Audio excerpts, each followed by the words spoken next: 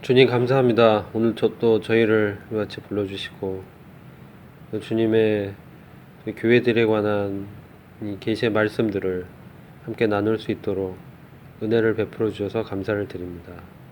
오늘 특별히 저희 가운데 지금 현재 있는 일로 주님께서 귀 있는 자들에게 하고자 하시는 이 성령의 음성을 저희들이 귀담아 들을 수 있도록 주님께서 역사하여 주시기를 간절히 기도합니다. 저희들의 마음 가운데 참으로 참 주님의 이 뜻들을 참 나의 뜻으로 여기고 나아갈 수 있도록 주님 은총을 베풀어 주시기를 간절히 기도를 드립니다. 주의 성령께서 참 저희들에게 계시와 또 지혜를 주시기를 기도드리었고, 거룩하시고 존귀하신 주 예수 그리스도의 이름으로 기도했습니다. 오늘은 이 지금 있는 일들이라는 그 두 번째 사도 요한이 계시 받은 주제를 2장과 3장에 걸쳐서 함께 나누는 시간입니다. 먼저 2장 말씀을 같이 이제 교독해서 쭉 한번 읽어보고 각 교회별로 함께 이게 살펴보고자 합니다. 제가 두 절 읽고 자매님들이 이제 두 절 읽고 이렇게 하면 될 것 같습니다.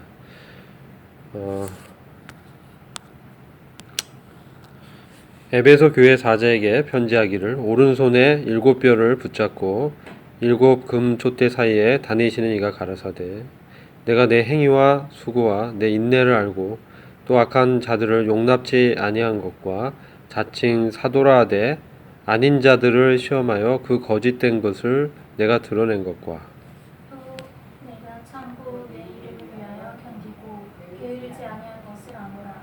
그러나 너를 책망할 것이 있나니 너의 처음 행할 거라느니라. 그러므로 어디서 떨어진 것을 생각하고 회개하여 처음 행위를 가지라. 만일 그리하지 아니하고 회개치 아니하면 내가 내게 임하여 내 촛대를 그 자리에서 옮기리라. 오직 내게 이것이 있으니 내가 니골라당의 행위를 미워하는도다. 나도 이것을 미워하노라.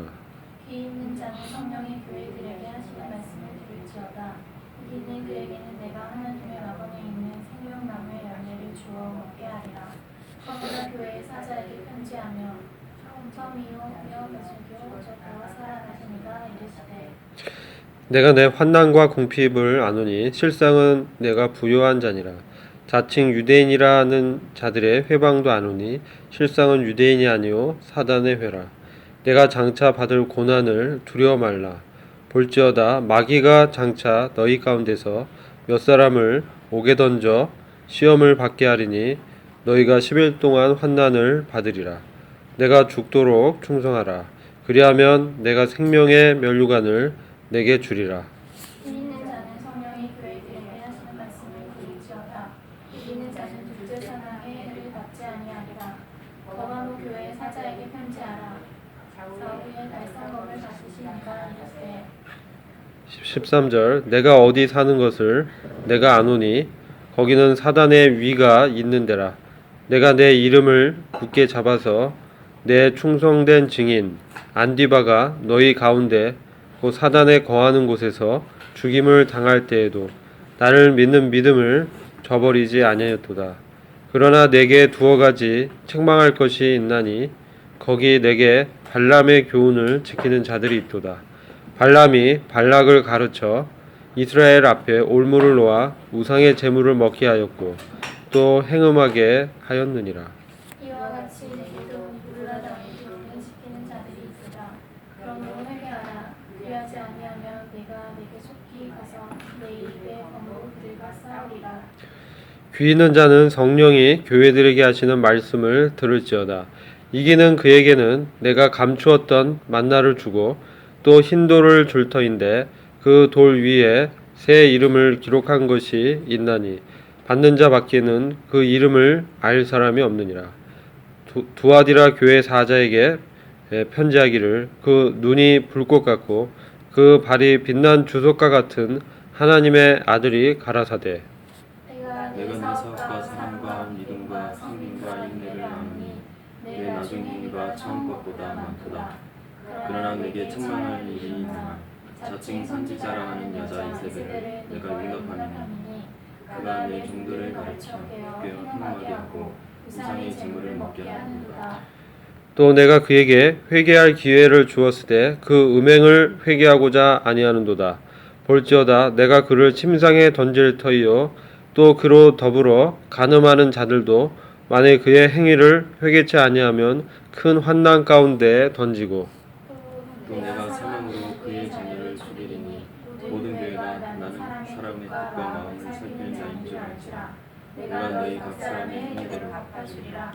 두아디라 남아 있어 이 교훈을 받지 아니하고 소위 사단의 깊은 것을 알지 못하는 너희에게 말하노니 다른 짐으로 너희에게 지울 것이 없노라. 다만 너희에게 있는 것을 내가 올 때까지 굳게 잡으라. 이기는 자와 끝까지 내 일을 지키는 그에게 만국을 다스리는 권세를 주리니 그가 천장을 가지고 저희를 다스려 질그를 깨뜨리는 것과 같이 하리니 나도 내 아버지께 받은 것이 그러하니라. 내가 또 그에게 세례권을 주리라. 같이 읽겠습니다. 귀에 있는 자는 성령이 교회들에게 하시는 말씀을 들을지어다. 아멘. 네.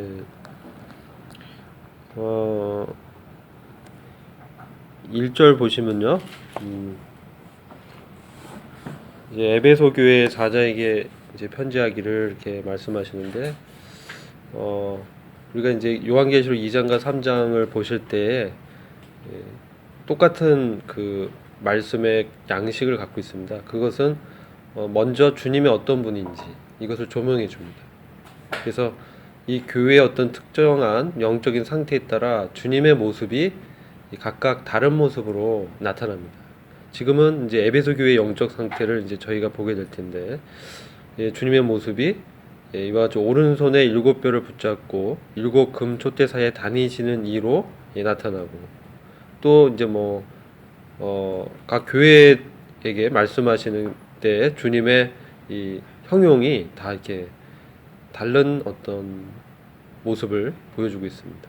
그래서 그 주님의 어떠함을 통해서 이 교회 영적 상태에 합당한 주님의 모습으로 나타나고 계심을 이제 저희가 보게 되고요. 그 다음에 주님이 교회에 칭찬을 합니다. 먼저 이렇게 칭찬을 하시고, 항상 이제 먼저 칭찬부터 하세요. 그 다음 이제 책망을 하십니다. 이런 거 잘했는데 이것은 또 너희가 고쳐야 될 것이다. 그래서 책망의 말씀을 하시고, 그 다음에 권면의 말씀을 이제 하십니다. 이런 잘못된 점이 있는데 이러한 점을 이제 회개해라. 이것은 고쳐라. 이런 권면의 말씀하시고, 이기는 자에 대한 상을 또 말씀해 주시고, 또 이렇게 귀 있는 자를 언급하시면서 성령이 교회에게 하신 말씀을 들어라. 이렇게 항상 이와 같은 형식으로 각 교회에게 말씀하시는데, 주님이 이제 이것을 통해서 봤을 때 그 교회의 상황을 가장 잘 파악하고, 그리고 그 교회에 합당한 주님의 이 모습을 계시해 주셔서 그 교회가 영적인 상태가 자기가 이제 어떤 상태에 가장 합당한 주님의 모습을 이렇게 만나게 되는 이런 것들을 이렇게 교훈을 받게 되고요. 그 주님은 항상 인격적이라는 거. 책망할 것도 있지만 먼저는 칭찬해 주신다는 거. 그래서 우리가 위로를 받을 수 있다는 거죠. 그러니까 주님은 우리의 어떤 면을 세밀하게 이렇게 보신다는 거. 그리고 책망하시고 이제 회개할 것과 이기는 자에 대한 말씀을 꼭 합니다. 요한계시록의 7교회에 대한 이 소서신인데요. 이 특징이 이기는 자가 항상 나온다는 거. 이게 좀 주목할 점인데요. 이기는 자라고 했을 때 바울 서신하고 요한의 서신이 차이가 있는데, 바울 서신에서는 요거에 해당하는 것은 이제 믿는 자, 신자, 믿는 사람은 바울 서신이 이렇게 어떻게 이렇게 해야 된다 이렇게 나오는 것처럼, 요한 서신에서는 특별히 계시록을 이기는 자라고 말씀하고 있습니다. 그리고 이 이기는 자를 요한일서에서는 5장 4절 5절에 한번 같이 볼까요? 요한이 그 이기는 자라고 했을 때 염두에 두고 있는 영적인 상태는 요한일서 4장과 5절 말씀에 기록된 것입니다. 같이 한번 읽어볼까요? 시작. 무엇이든 하나님에게서 난 것은 생 것을 세상을 이기느니라. 세상을 이기는 승리는 이것이니 곧 우리의 믿음이니라. 예수님께서 하나님의 아들이심을 믿는 자가 아니면 누가 세상을 이기는 자냐. 참 이게 요한이 이렇게 말씀하고 있는 그 이기는 믿음을 이렇게 저희가 보게 되거든요. 이게 참 주목할 특징이 있습니다. 그러면 예수님이 하나님의 아들이심을 이제 믿는다는 게 어떤 의미인지 우리 한번 생각해봐야 돼요. 어떤 의미입니까? 예수님이 하나님의 아들이시다. 이것을 믿는다는 것은 어떤 의미가 있죠?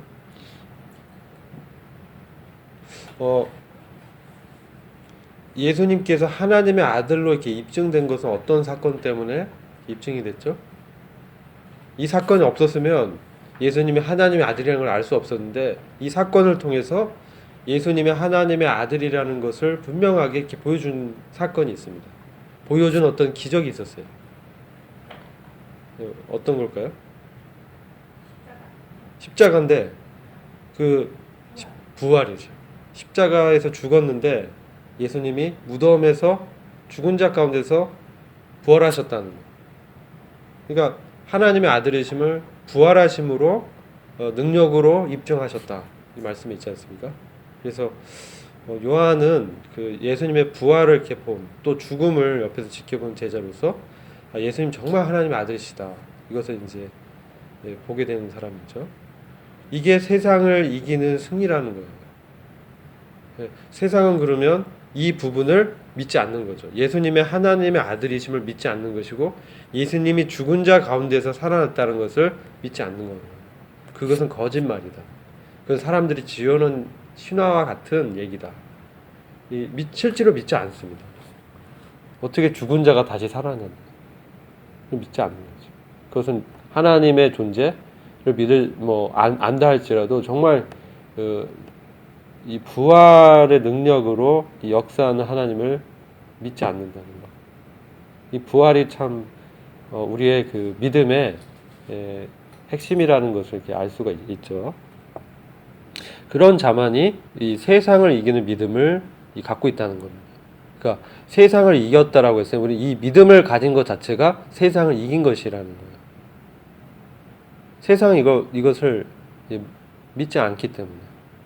그래서 이런 믿음을 갖고 있는 이기는 자가 그러면 각 교회의 이 영적인 상태에서 어떻게 이기는지 이것을 좀 더 상세하게 이제 얘기하고 있다는 거죠. 그래서 굉장히 이 영적인 의미가 있다고 이렇게 말씀드릴 수 있습니다. 그럼 먼저 이제 들어가죠. 에베소 교회의 사자, 우리가 사자는 저희가 말씀드렸죠. 이 사자라고 했을 때 이 사자들이라고 했다면 복수의 리더십을 이 성경은 얘기하고 있기 때문에 장로를 말을 하고 있는 것인데 그렇지 않고 딱 1인을 지칭하거든요. 사자. 그래서 이것은 교회에 책임 있는 어떤 성도를 말하고 있는 거예요. 이 교회에 책임 있는 성도는 리더십에 있는 형제일 수도 있지만 반드시 그렇지 않다. 왜냐 그랬다면 그렇게 얘기했을 텐데 그렇지 않고 교회에 어떤 사자가 있는 이 사람은 교회 상태에 민감하게 반응하면서 기도하는 자라는 거죠. 그리고 주님께서 이런 자에게 영적인 실상을 나타내 주시면서 어떤 상태고 이것은 잘했는데 이것은 좀 고칠 필요가 있다. 그리고 이기는 자로 이런 점들은 너가 지켜나가면 이런 유업을 받을 수 있다. 그러니까 굉장히 인격적이라는 것을 알게 돼요. 그러니까 오늘날 이렇게 신앙이 굉장히 비인격적이에요. 뭐 신앙이 어떤 우리 삶 속에서 정말 구체적으로 나타나고 역사하는 그런 믿음이 아니라 정말 이렇게 교회 예배당에 종교 집회에 참석하고 가고 이걸 신앙으로 이제 생각하는 거죠. 그러면 이 평일날 이렇게 지내는 이 삶은 신앙과 연관이 없어지죠. 그래서 우리는 이런 것들을 봤을 때 초대교회의 이 교회라고 하는 것은 매일 모였다는 거죠.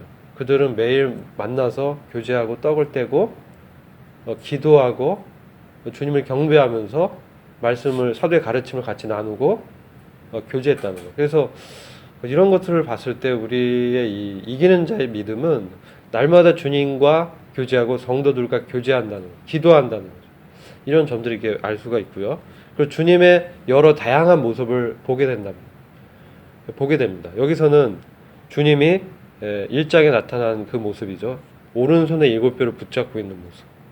이 별은 특별히 의미가 있다고 그랬죠. 이것은 7별이라고 했을 때 1장 7별의 비밀이 7교회 사자라고 말씀했죠. 1장 20절에서.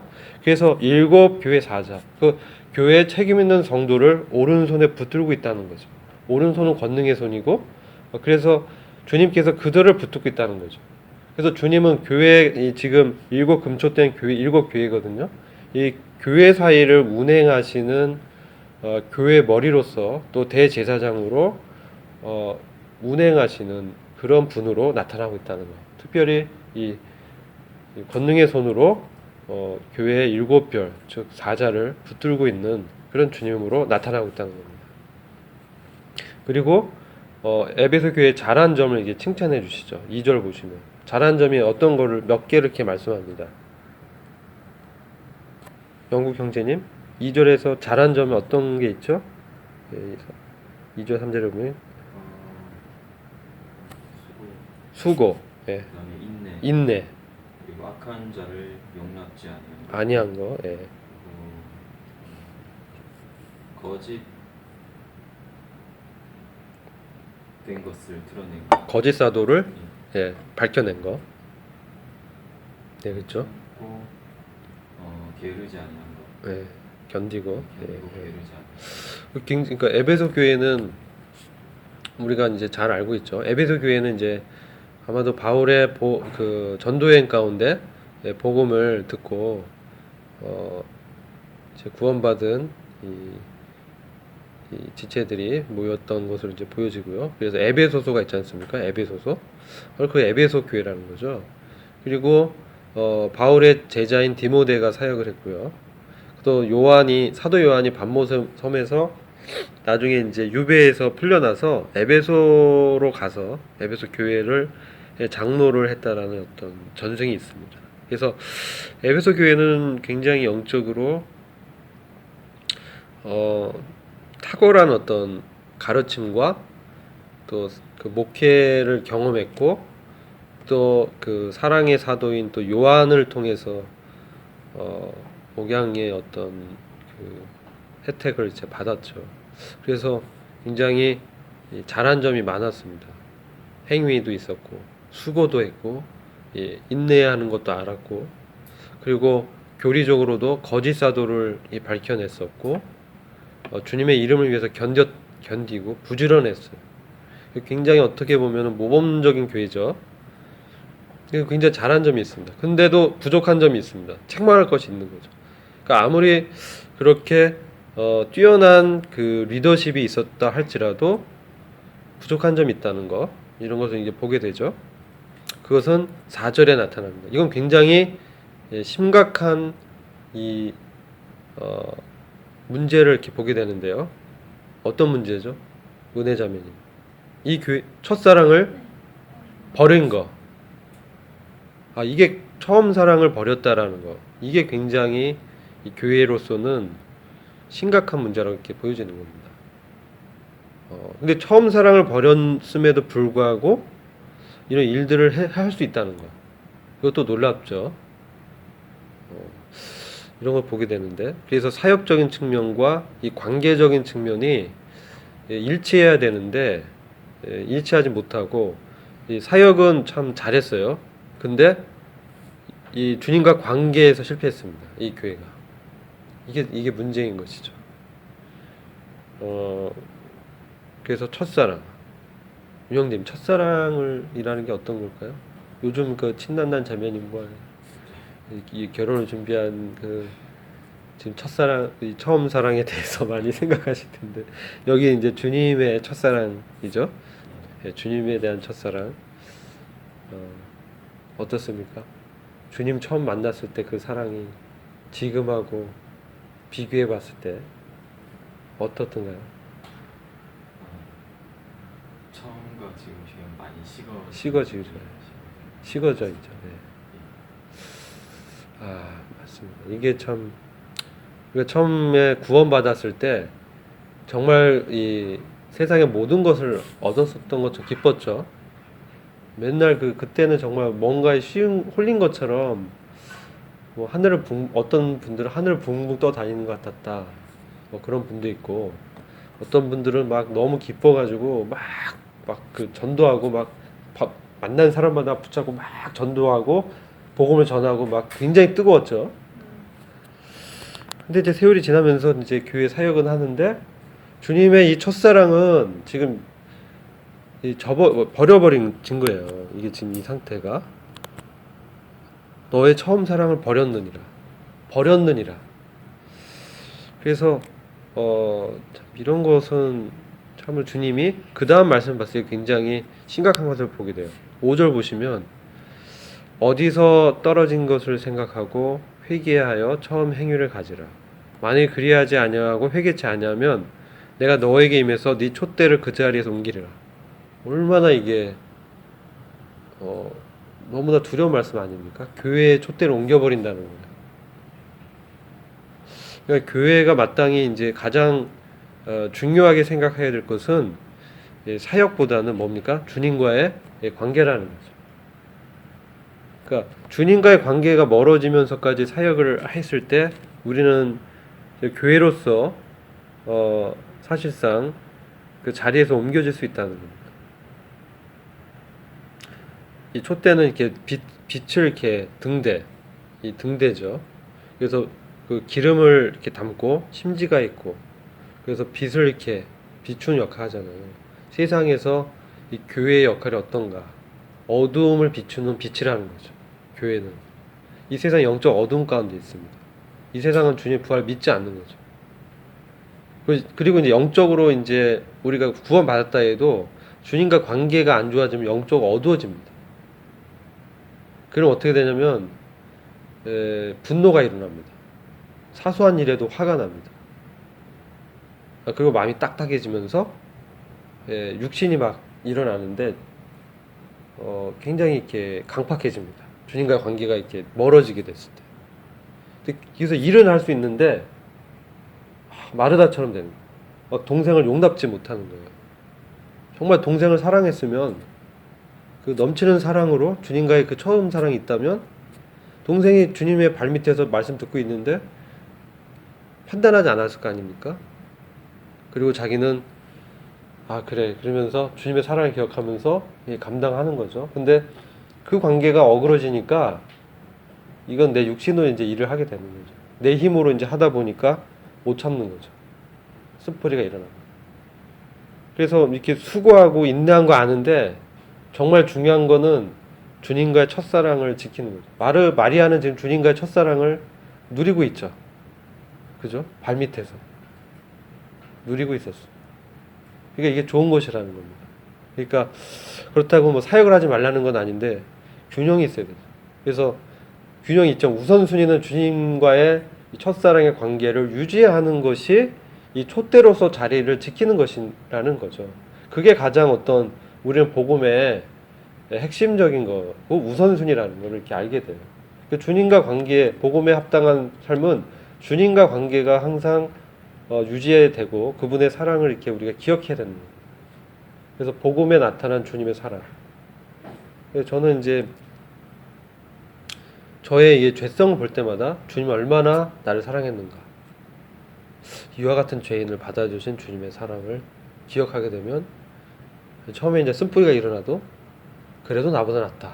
라고 이제 나중에 디테일들을 봤을 때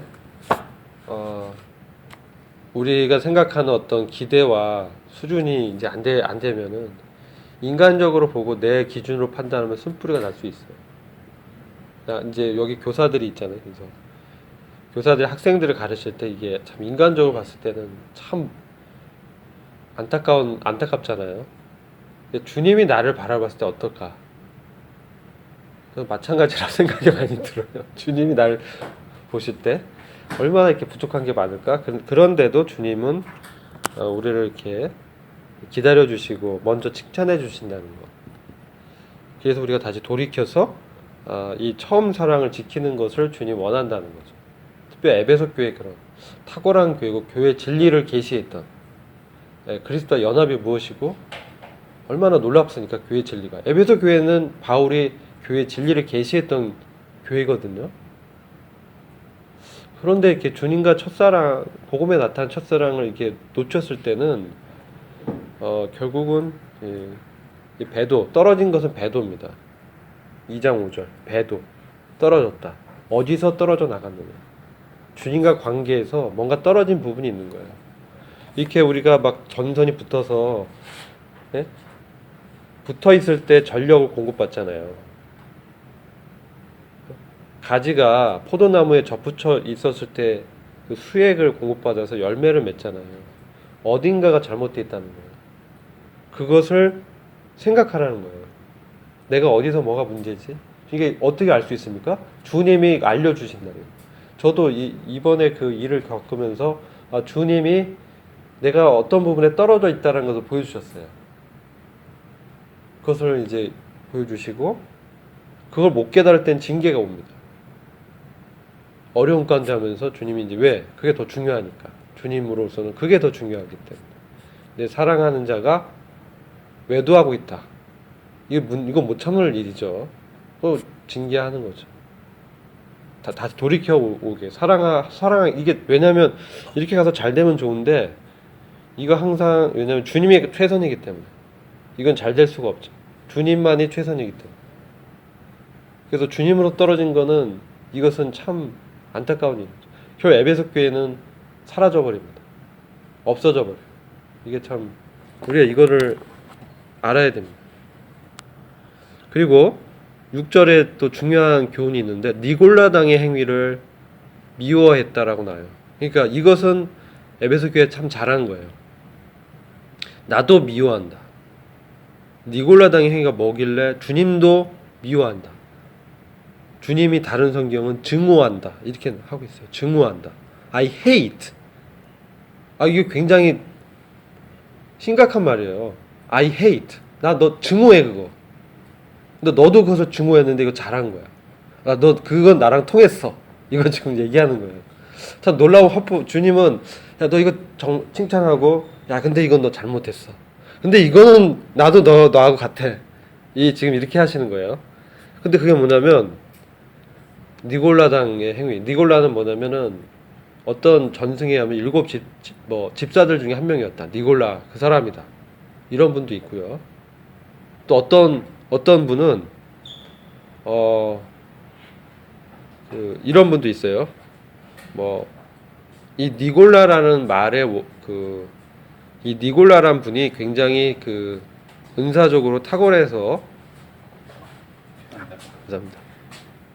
은사적으로 탁월해서 이 지도자였고 그래서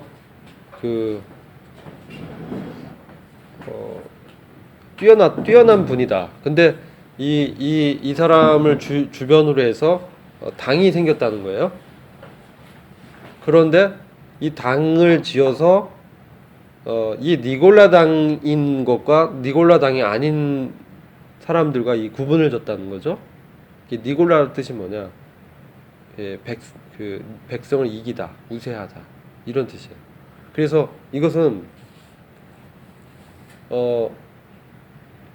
이래서 나온 게 뭐냐면은 백성 이제 평신도라고 하는 거예요. 이것은 이제 교회의 어떤 교조적인 세력, 성직 집단 이런 것을 말합니다. 그래서 이 성직 계급과 그렇지 않은. 그래서 이것은 주님이 증오하는 거라는 거죠.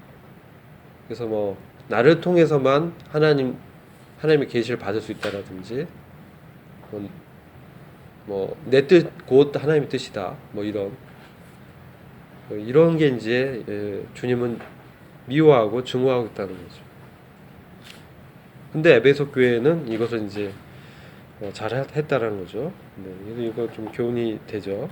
이게 나중에 여기서 니골라당의 행위를 미워하는데 나중에 이게 더 발전합니다. 그래서 니골라당이라는 것이 이 교회 안에 세력이 자리 잡게 되는 시대가 흐르면서 이게 버가마 교회에서 나타납니다. 예, 그것은 좀 이따 살펴봅니다. 예, 두 번째, 넘어가기 전에 이제 7절 보시면 귀 있는 자 또 말씀하시면서 이기는 그에겐, 이런 영적인 상태에서 이긴다는 것은 바로 예수 그리스도가 하나님의 아들이심을 아는 그 믿음, 부활의 믿음, 부활의 생명으로 우리가 이런 영적인 상태를 이기는 그에게는 지금 뭡니까? 주님의 첫사랑을 잃어버린, 딱딱해진, 사역은 있지만 주님과 관계는 멀어진 이런 영적인 상태를 극복하고 주님과 관계 회복하게 되는 그에게는 바로 낙원에 있는 생명나무의 과실을 주어서 먹게 해주겠다. 이런 말씀이죠. 자, 이 하나님의 낙원에 있는 생명나무, 에덴 동산에 생명나무가 한 그루 있었죠. 근데 거룩한 성에는 생명나무가 생명수 강가 주변에 쫙 이렇게 심어져 있다는 거죠. 즉 이 말씀은 거룩한 성에 들어가서 그 생명나무의 과실을 먹게 된다는 이 영적인 이 의미가 있는 것입니다. 근데 가장 중요한 어떤 핵심적인 얘기를 해주죠. 일반적인 축복입니다. 이것은 그러니까 우리가 주님과의 첫사랑인 것은 굉장히 기본적이면서 일반적인 것인데 그리스도인으로 마땅히 주님의 첫사랑을 우리가 갖고 이제 살아야 되는데 이것이 자꾸 식어지고 교회의 어떤 사역적인 측면으로 딱딱해졌을 때는 우리가 참 이것을 이렇게 심각하게 여겨야 된다는 거죠. 네, 이런 측면을 좀 우리가 교훈을 좀 받고요. 네.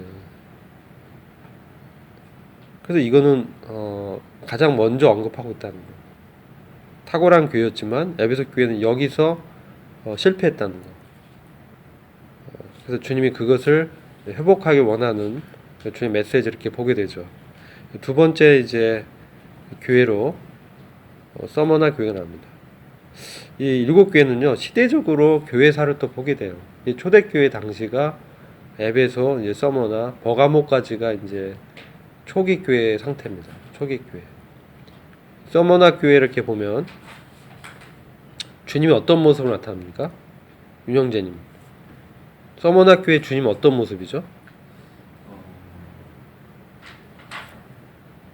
처음과 나중이라고. 그다음에 죽었다가 다시 살아나신. 네. 알파와 오메가. 주님이 이게 뭐죠? 이 처음과 나중이다. 주님이 알파 오메가다. 처음과 나중이다. 이게 굉장히 어떻게 무슨 뜬금없는 소리냐. 처음에 제가 이 말씀 봤을 때 이게 뭐지? 막 그랬어요. 처음과 나중이다. 처음과 나중이다. 주님이 처음과 나중이다. 주님이 처음과 나중이다. 주님은 시작이고 끝이다. 내가 바로 시작하고 끝내는 사람이다. 놀라운 말씀 아닌가요? 주님이 이 우주를 창조하시고 태초부터 주님은 계셨다는 거예요. 근원적인 분이라는 거죠. 그러니까 스스로 존재하는 이런 분이 없다는 거죠. 이 우주에는 없습니다. 나머지는 뭡니까? 피조물이라는 거예요. 스스로 존재할 수 없다는 거예요. 그 시작과 그리고 또 끝내는 분이라는 거예요. 끝. 이 창조, 옛 창조에 속한 것을 끝내고 새로운 창조를 여시는 주님이 항상 시작이고 끝이라는 거예요. 주님이 이것은 모든 것을 주관한다는 뜻이 있습니다. 그리고 주님이 스스로 존재하시면서 그분의 이 주권을 나타내면서 그분의 하나님 되심을 선포하는 거죠. 나는 처음이고 나중이다. 나는 너의 생명을 시작하는 자고 끝내는 자다. 난 심판도 하고. 이런 어떤 주님의 하나님의 어떤 속성을 나타내죠. 그리고 죽었다가 살아났다. 죽었다가 살아났다. 이거 믿지 않잖아요, 사람들. 우리 이거 믿잖아요. 그죠? 우리가 죽지만 이 죽음을 이기고 다시 부활할 것을 믿는 거잖아요. 이 죽음은 잠시 잠자는 거예요. 우리의 영혼은 주님과 있으면서 몸의 이 부활을 기다리는 그런 자잖아요. 이게 놀라운 말씀이죠. 주님이 나는 그런 자다라고 말씀하는 거예요. 근데 서머나가 교회가 서머나 모략이라는 뜻인데 그 고난 가운데 쓴 아주 이 정말 엄청난 그 시련과 고난 가운데 있었던 교회입니다. 초기 교회에 핍박에서 이 순교하는 사람들이 많이 있었잖아요. 그래서 지금 그런 상태. 근데 이게 초기 교회도 그렇지만 이 복음이 처음에 들어갔을 때 우리나라 어땠습니까? 우리나라 처음 선교사 왔을 때 어떻게 했습니까? 토마스 선교사 어떻게 했습니까? 배에서 이제 막 하다가 상륙도 못하고 잡혀가지고 창에 찔려서 죽었잖아요. 그 흘린 피가 있죠. 성경 다 죽으면서 예수님 이렇게 증거하다가 결국 죽었습니다. 또 교회에 이제 초기에 이제 들어왔을 때 얼마나 핍박이 있었습니까? 이런 것들. 그래서 이 환난과 궁핍했다. 가난했다는 거예요. 궁핍. 먹을 게 없었다는 거예요. 부족했다. 우리 지금 풍요하잖아요. 이 서머나 교회와 대비되는 것은 라오디게아 교회입니다. 거긴 굉장히 부유했어요. 너무나 부유해서 나는 부자다. 나는 부족한 것이 없다. 막 이런 상태죠. 서머나 교회는 어떤 거예요? 환난과 궁핍이 있었어요. 근데 실상은 뭐예요? 그게 부유한 자라는 거예요. 하나님 편에서. 영적인 시각이 달라요. 근데 라오디게아 교회는 뭡니까? 실상은 너가 가난한 자라고 그랬어요. 대비가 돼요. 그러니까 우리가 이 외적인 부여와 영적인 부여가 다르다는 거예요. 그러니까 이것을 우리가 좀 기억해야 됩니다. 주님이 누구를 부자로 생각하는 거예요. 저는 두렙돈을 낸 과부가 가장 부자라고 생각해요. 왜냐하면 전 재산을 바쳤잖아요. 그렇잖아요. 그러면 하늘에 그 전 재산을 기증한 사람으로 기록이 돼 있는 거예요. 전 재산을 100억 있는 사람이 1억 내는 거하고 100만 원 있는 사람이 100만 원 냈어요. 1억과 100만 원은 100배 차이거든요. 근데 주님은 거꾸로 보셔. 이 사람 100배를 낸 거예요. 이 사람 1%밖에 안 낸 거예요. 왜 이 교훈을 이제 얻어야 되는 거예요? 주님의 시야가 무엇인지, 무엇이 정말 부유한 건지 이것을 알게 됩니다. 우리가 가난한 가운데 우리가 도왔을 때, 그 도울 때는 우리가 먹는 걸 줄이게 되죠. 가난한 상태에서 도울 때는, 그죠? 내가 남아서 돕는 게 아니라는 거죠. 가난한데 나도 부족한데 돕는다는 거. 그것은 정말 주님이 보상이 더 크다는 거예요. 그러니까 나도 없어요. 나 못 도와요. 근데 그때 주님을 생각하는 거죠. 그 주님이 이 서머나 교회에 주신 이 교훈을 생각하는 거죠. 너가 실상은 부유한 자다라는 거죠. 그리고 또 유대인도 너무 재밌습니다. 유대인, 자칭 유대인이라는 거예요. 이 사람 혈통은 유대인이야. 근데 나 유대인이야 막 그러는데 주님이 봤을 때 뭐예요? 예? 사단의 회, 독사의 자식이라는 거죠. 사단의 모임, 회. 회당에 모여요, 그들이. 근데 정작 하나님 사랑하지도 않고 정작 하나님에 대한 믿음은 없는 거예요. 아브라함 안다고 하지만 아브라함 후손이지만 표면적인 유대인. 이런 사람들은 사단의 회라고 그랬어요. 회방자.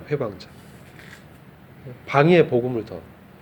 얼마나 유대인들 방해했어요? 잡아다 죽이고 바울이 앞장섰잖아요. 사울 때. 사단의 회라는 거죠. 그러니까 바울은 평생 그거 짐이 있었어요. 마음에. 자기가 잡아서 죽음에 넘겼던 그리스도인들에 대해서. 평생 그게 자기의 마음 가운데 주님 앞에서 나는 죄수 중에 괴수입니다. 나의 성품을 봤을 때 난 그런 이 성품이 어디 가겠습니까? 마가를 못 봤잖아요. 마가. 바나바의 조카 마가. 나중엔 봤죠. 왜? 바나바가 양육을 잘했어요. 다시 돌려보냈어. 훌륭하거든. 인정하죠. 나의 사랑하는 나의 동역자 마가. 이렇게 얘기합니다. 바울 나중에 좀씩 바뀌어요. 바울도 이렇게 이 주님을 닮아갑니다. 나중에 노년에는 이제 내려놓게 되죠. 나 죄인 중에 괴수다. 나 같은 사람이 없다. 이렇게 됩니다. 신앙이라는 게 점점 갈수록 이렇게 되는 거죠. 벼가 익으면 이 수그러져지는 거죠. 막 은사가 나타나고 막 왕성했는데 그때는 막 보이는 게 없었어요. 마가 막 필요 없어. 이런 사람 필요 없어. 근데 나중에 끝에 가서는 나의 동역자다. 정말 필요한 사람이야. 이렇게 격려하는 거죠. 그래서 청구합니다. 그러니까 이런 걸 봐야 돼요, 우리가. 그래서 이 서머나 교회는 이러한 그 자칭 유대인이 있었고, 그러니까 이 유대인들이 이 교회를 핍박한 거예요. 막 넘겨준 거예요. 이 사단의 회라고 그랬어. 근데 주님이 10절에 두려워 말라 말씀하시는 거예요. 너희 장차 이제 고난이 있어. 알려주죠. 고난이 있어. 이거 있는데 두려워 마라. 두려워 마. 그러면서 말씀해요. 왜? 내가 죽었다가 살아났어. 난 죽었다가 살아난 자야. 난 그런 자야. 나 하나님이야. 처음과 나중이야. 내 모든 것을 주관하고 있어. 그게 처음에 그래서 말씀하고 있는 거예요. 주님, 내가 어떤 자라는 거를 서머나 교회에게 계시해주고 있는 거예요. 그래서 서머나 교회의 지금 성도들은 너무나 지금 힘들거든요. 너무나 고통스럽고 이게 언제 끝나지? 너무 배고픈데? 막 이런 상태인데 주님이 야, 고난 두려워하지 마. 볼지어다 마귀가 장차 너희 가운데 몇 명을 감옥에 던질 거야. 그 시험을 받게 하는데 그게 10일 동안이야. 10일 동안. 그건 10일 동안이야. 열흘이야. 내가 정해놨어. 오버하지 않아. 거기까지야. 거기까지. 왜? 내가 다 주관해. 내가 살릴 거야 다시. 왜? 그 다음 봅니다. 환난을 받을 거야. 근데 10일 동안만 시험을 받는데 너가 죽음에 이르게 되지만 죽기까지도 충성해라. 네? 그리하면 내가 생명의 면류관을 내게 주리라. 부활 약속하는 거죠. 귀 있는 자는 성령이 교회들에게 하시는 말씀을 특이해요. 서머나 교회는 책망이 없어요. 책망이 없어요. 7교회 중에 5교회에 책망이 있는데 이 서머나 교회, 빌라델피아 교회는 책망이 없어요. 책망할 수가 없어. 주님이 이 교회는 지금 환난과 궁핍 가운데 믿음을 지키고 있는데 어떻게 책망을 하느냐는 거죠. 네? 오히려 더 격려하고 내가 함께 죽도록 너가 죽어도 믿음 지키면 나는 생명의 면류관을 내가 갖고 있는 자야. 난 죽었다가 살아난 자야. 부활의 권능이 나한테 있다. 그래서 두려워 말라. 두려워 말라. 열흘이야. 열흘. 그렇죠? 다니엘도 열흘 동안 시험 받죠. 이상 영적으로 열흘이라는 어떤 의미가 있는 것 같아. 다니엘도 소년 다니엘이 열흘 동안 시험 받잖아요. 먹을 것을 내가 고기를 안 먹고 자기 유대 전통 그거 따라서 먹겠다. 이 열흘 동안 이제 열흘 후에 보자 그러잖아요. 누가 더 이 피부가 촉촉하고 윤기가 나고 뽀얗게 되는지 한번 보자. 주님이 축복했죠. 그 믿음을 보시고 축복하셨어요. 그래서 다니엘과 대친구가 채택되잖아요. 얼마나 주님을 보면 참 놀라워요. 그래서 우리는 믿음을 지키면 이렇게 주님이 함께 하심이 있다는 거. 이기는 자는 둘째 사망의 해를 받지 아니하리라. 둘째 사망의 해는 뭡니까? 이 천년 왕국 동안 잠자고 있다가 천년 왕국 끝나서 백보자 심판 가운데 나타나는 게 둘째 사망이에요. 거기서 심판받고 떨어지거든요. 이 사람들은 첫째 부활에 들어간다는 거예요. 서머나 교회 전체가 다 예외 없이 다. 근데 후대로 갈수록 점점 약해져. 그래서 막 여기 못 들어간 사람이 나와요. 이제 사대교회라든지 두아디라라든지 환난 가운데 던져집니다. 그리고 사대교회는 바로 재림하는 주님을 만나는 사람이 있어요. 보게 되면 이제 알게 돼요. 교회 가운데. 그 얘기 뭐예요? 첫째 부활에 들어가지 못했어. 휴거되지 못했다는 얘기예요. 사대교회 일부가. 심각하죠. 왜냐면 제가 여기 교회는 영적인 어떤 교회 그게 아니고 지상의 명목적인 교회를 얘기하기 때문에 이 교회 가운데 두아디라 교회는 뭐야? 두아디라 교회 여기 한번 볼까요? 두아디라 교회가 큰 환난 가운데 던져지잖아요. 22절에 큰 환난 가운데 던져져. 이것은 물론 뭐 대환란에 던져진다라고 보는 분도 있어요. 근데 두아디라 교회의 영적인 상태는 이 안에 사단의 깊은 것을 아는 사람들이 있었어. 그 일부 사단의 깊은 것을 알지 못하는 사람만 누구요? 이 사람들 중에 이기는 자가 나와요. 이 사람들은 만국을 다스리는 권세를 받아. 근데 그렇지 않은 사람들은 큰 환난 가운데 던져지고 그 사망으로 그의 자녀가 죽임을 당하는, 이건 또 영적 의미가 있습니다. 여기는 우상 숭배 여자 이세벨 선지자를 이렇게 영접했어요. 교회 지도자들이. 그런 어떤 부분이 좀 있어요. 이제 서머나 교회까지 이제 우리가 봤고요. 그 다음에 이 버가모 교회가 나옵니다. 버가모 교회까지가 이제 초기 교회 상태입니다. 이 버가모 교회 사자가 어떤 모습이죠? 사자에게 나타난 주님의 모습이 어떤 모습이죠? 좌우의 날성검을 가진. 주님이 좌우에 날성검을 가지고 있다. 이게 뭐죠? 주님의 날성검이 어떤 걸까요? 주님의 말씀. 이들은 특별히 주님의 말씀을 잘 못 지킨 것 같아. 이 버가모 교회는 주님의 말씀과 상관없이 잘 못 지켰어요. 그래서 굉장히 이제 심각한 일들이 이제 나타나요. 두 가지 거짓 그 교리를 받아들여. 발람의 교리와 발람의 교훈과 니골라당의 교훈을 받아들여요. 근데 주님이 좌우의 날성검으로 딱 나타나죠. 말씀을 끊고 분별해서 거절하고 했어야 되는데 그것을 교훈을 받아들여요. 심각하죠. 자, 그럼 먼저 이제 버가모 교회는 보면 너가 어디 사는 것을 내가 아노니 거기는 사단의 위가 있는 데라.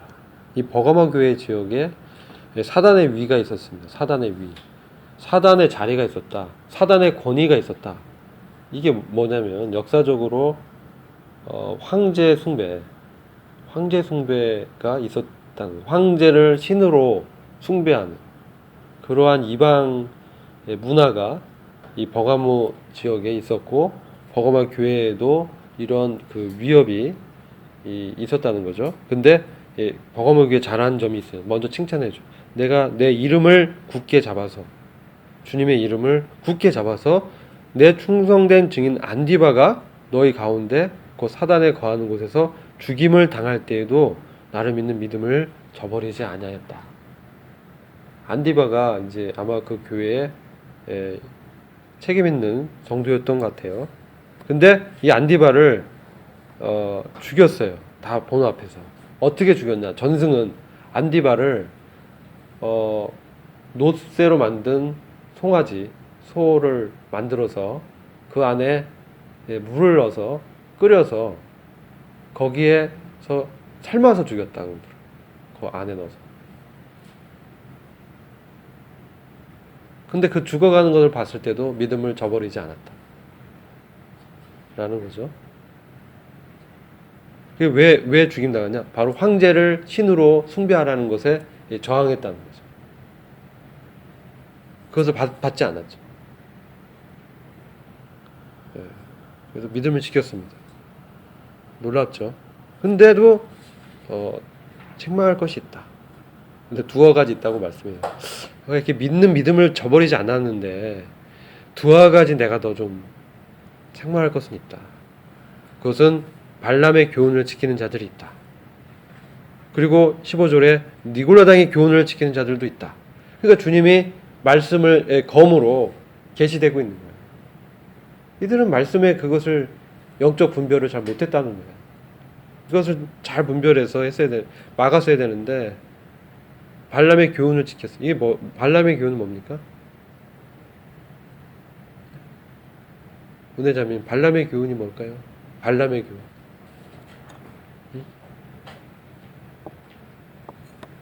발람의 교훈.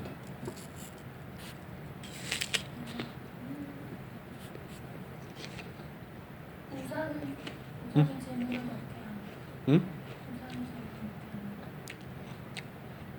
우상의 재물을 먹게 했다. 발락을 가르쳐 우상의 재물을 먹게 했다. 네네. 그리고 네, 행음하게 했죠. 그 미디안의 여인을 이스라엘의 청년들과 결혼하게 했죠. 그래서 발람이 대가로 뭘 받았을까요?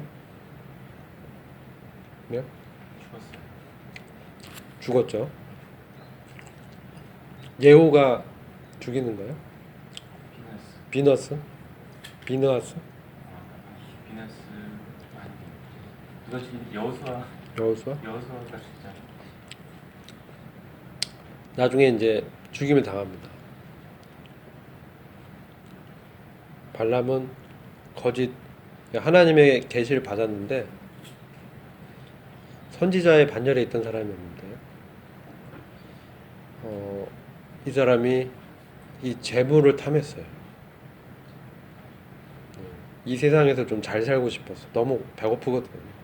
선지자 생활하는 게 너무 힘들어요. 그러니까 발락이 이 재물을 줬어요. 그러니까 막 진짜 막 저주하려고 했는데 안 돼. 하나님 막으셔 입을. 저주를 못하게 했어요. 나중에 막 이 돈은 받아야 되겠고 어떻게 해야 되지? 꾀를 냅니다. 하나님의 백성을 어떻게 저주는 할 수 없고 꾀를 내다가 이 하나님은 싫어하는 게 있다라고 알아. 예. 혼잡하게 만들어. 우상을 섬기게 하고 이방 여인과 결혼하게 만들어. 그러면 하나님이 이들을 멀리할 거야. 이걸 알았어. 하나님의 거룩을 알았어. 그리고 재물을 받아요. 발락한테 알려줘요. 아무래도 안 되는데 비책을 알려달라고. 내 돈 이만큼 줄게. 그러니까 그렇게 해서 팔아먹었어. 지식을 팔아먹었어. 발락. 그래서 이렇게 했어요. 나중에 이 사람 죽임 당합니다. 이게 발람의 교훈이에요. 발람의 가르침에서 우리가 얻는 교훈은 발람 스스로가 타락했고 그리고 하나님께서 이 싫어하는 것을 이게 해가지고 받게 만드는, 즉 이 진리를 갖고 자기의 이득을 취했어요.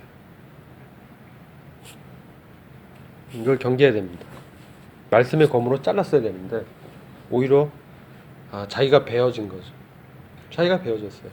발람이 칼로 죽임을 당했다고 말씀드렸는데 그렇죠. 군대가 들어갔을 때 발람까지 죽여버렸어요. 정확히 칼로 죽이는. 맞아요. 그래서 참 최후가 비참하죠. 그리고 우리가 아까 에베소 교회에서는 니골라당의 행위가 이제 교회 가운데 있었는데 니골라당의 교리, 가르침, 교훈이 이미 교회에 들어와서 그걸 지키는 자들도 있어요. 이미 어떤 자기들끼리 어떤 나는 좀 달라 너희와 막 이런 어떤 그 그룹이 있었고 평신도와 그렇지 않은 이걸 나누는 이런 가르침이 있다는 거죠. 그걸 지키는 자리 있도다. 이게 심각하게 들어왔죠. 버가모 교회가 바로 성직, 교조적인 이것을 받아들였다는 거죠. 교회가 버가모 교회 세상과 타협했다는 거예요. 타협했어요. 버가모 교회. 그러므로 회개하라. 그렇지 않으면 내가 속히 임하여 내 입의 검으로 그들과 싸우리라. 이 교훈을 지키는 자들, 이들을 주님께서 직접 그들과 싸우겠다라고 말씀하고 있다는 거예요. 주님이 미워하잖아요. 증오하잖아요. 주님과의 관계를 막는 이러한 잘못된 이 가르침들을 경계하고 있는 것입니다. 그리고 또 이기는 자에 대한 교훈 17절 나오죠. 이기는 그에게는 내가 감추었던 만나를 주고 또 흰 돌을 줄 터인데 그 돌 위에 새 이름을 기록한 것이나니 받는 자 밖에는 그 이름을 알 사람이 없다. 이게 뭘까요? 이러한 영적인 상태, 이 말씀의 분별이 희미해지고 세상과 야합하고 이러한 영적인 상태를 주님의 부활하신 그 믿음, 그 생명으로 이기는 자에게, 예? 주님이 어떤 것을 주시냐? 두 가지인데, 감추었던 만나와 흰돌이. 예, 상징적 의미가 있죠. 이런 데는 이제 만나는 뭡니까? 만나 다 알죠? 만나 모르는 사람 없죠? 출애굽해서 광야 가운데 하늘에서 내려온 그들의 양식이었죠. 이게 바로 예수 그리스도를 상징하죠. 하늘에서 내려온 생명의 떡, 예수 그리스도의 모형이 사실 만나로 지금 나타난 거예요. 근데 근데 이게 감추어져 있어요. 어디에 만나가 나중에 담겨서 들어가죠? 금왕 아래에 담겨져서 언약궤에 들어가잖아요. 그죠? 그 세 가지 들어가잖아요. 만나, 아론의 쌍난 지팡이, 그다음 돌판. 자, 근데 이게 굉장히 영적 의미가 있습니다. 이게 감춰졌던 만나예요. 그걸 주겠다 그랬어요. 지금 언약궤 안에 지금 만나가 감춰져 있는데, 언약궤 안에 들어있는 세 가지는 영적 의미가 만나, 아론의 쌍난 지팡이, 이 돌판의 이 비사를 우리가 잘 알잖아요. 뭐였죠? 만나를 왜 주님 주셨죠? 이 백성들이 불평했어. 왜 이곳 가운데 와서 굶어 죽게 만드냐? 하나님 원망했습니다. 뒷담화했습니다. 우리 불평 많이 하잖아요. 이 광야에서는 불평을 많이 해요. 이게 영적인 우리의 이 유아기를 보게 돼요. 광야.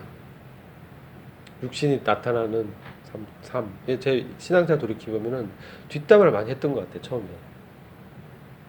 막 이제, 하나님에 대해서 한 게 아니라 사람들에 대해서 막 뒷담화하고 막 하는데, 주님이 그거에 대해서 뭐라고 하면, 이제, 죄라는 거죠. 죄. 그리고 주님이 지적하시면서, 그러니까 모세가 이제 막 얘기하니까 하나님께서 만나 주시잖아요. 항상 연결돼 있어요. 죄가 있고요, 심판이 있고요, 구원이 있어요. 언약궤에는 당연히. 그다음에 아론의 쌍난 지팡이도 리더십을 도전했잖아요.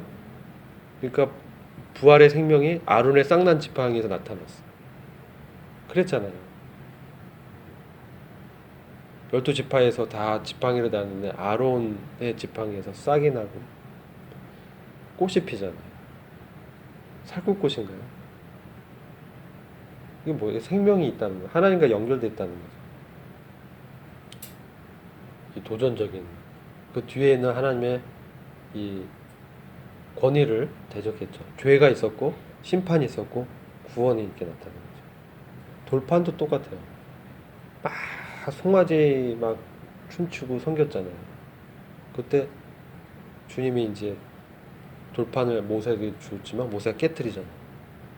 그리고 여기서 이 계명 자체가 처음에 성립이 안 되고 깨져버리고 두 번째 돌판을 줄 때는 이 그 피의 제사를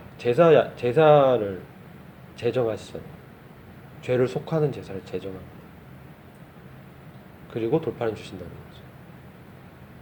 그래서 이런 내미를 감추었던 만나라의 어떤 영적인 의미는 바로 우리의 죄성에도 불구하고 하나님께서는 생명을 주시고 구원하신다는 거죠. 이것을 경험했냐는 거죠. 지금 이걸 얘기하고 있어요. 지금 특별히 지금 그 버거목교의 영적 상태는 세상과 타협하는 거예요.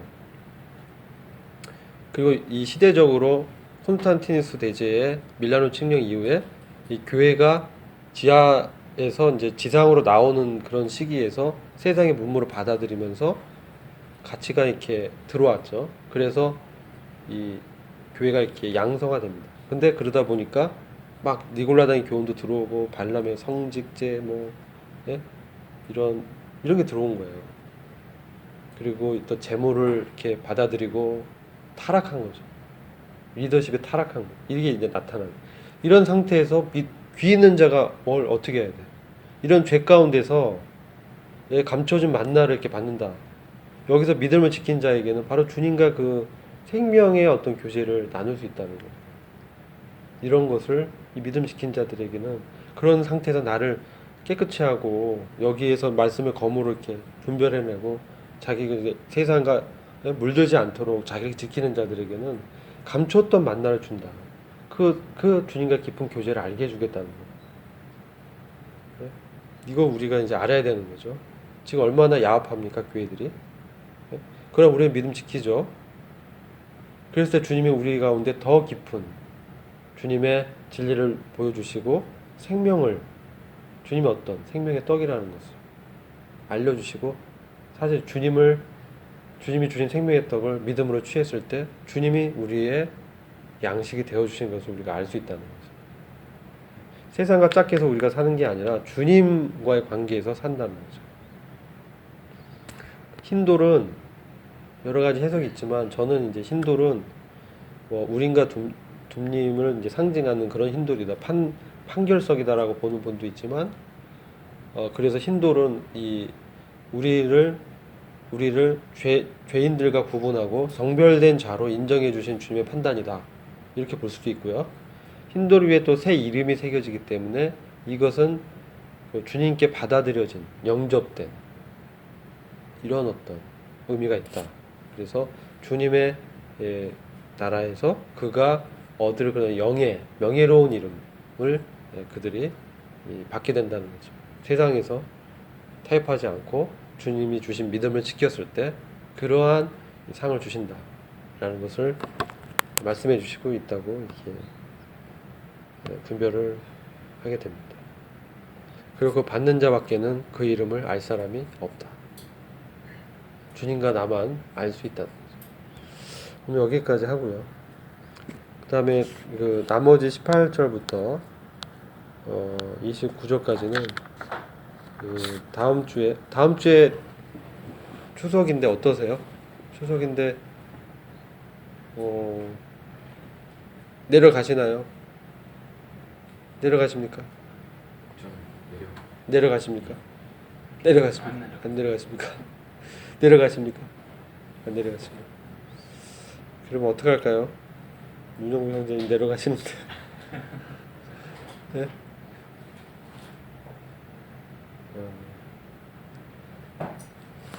그러면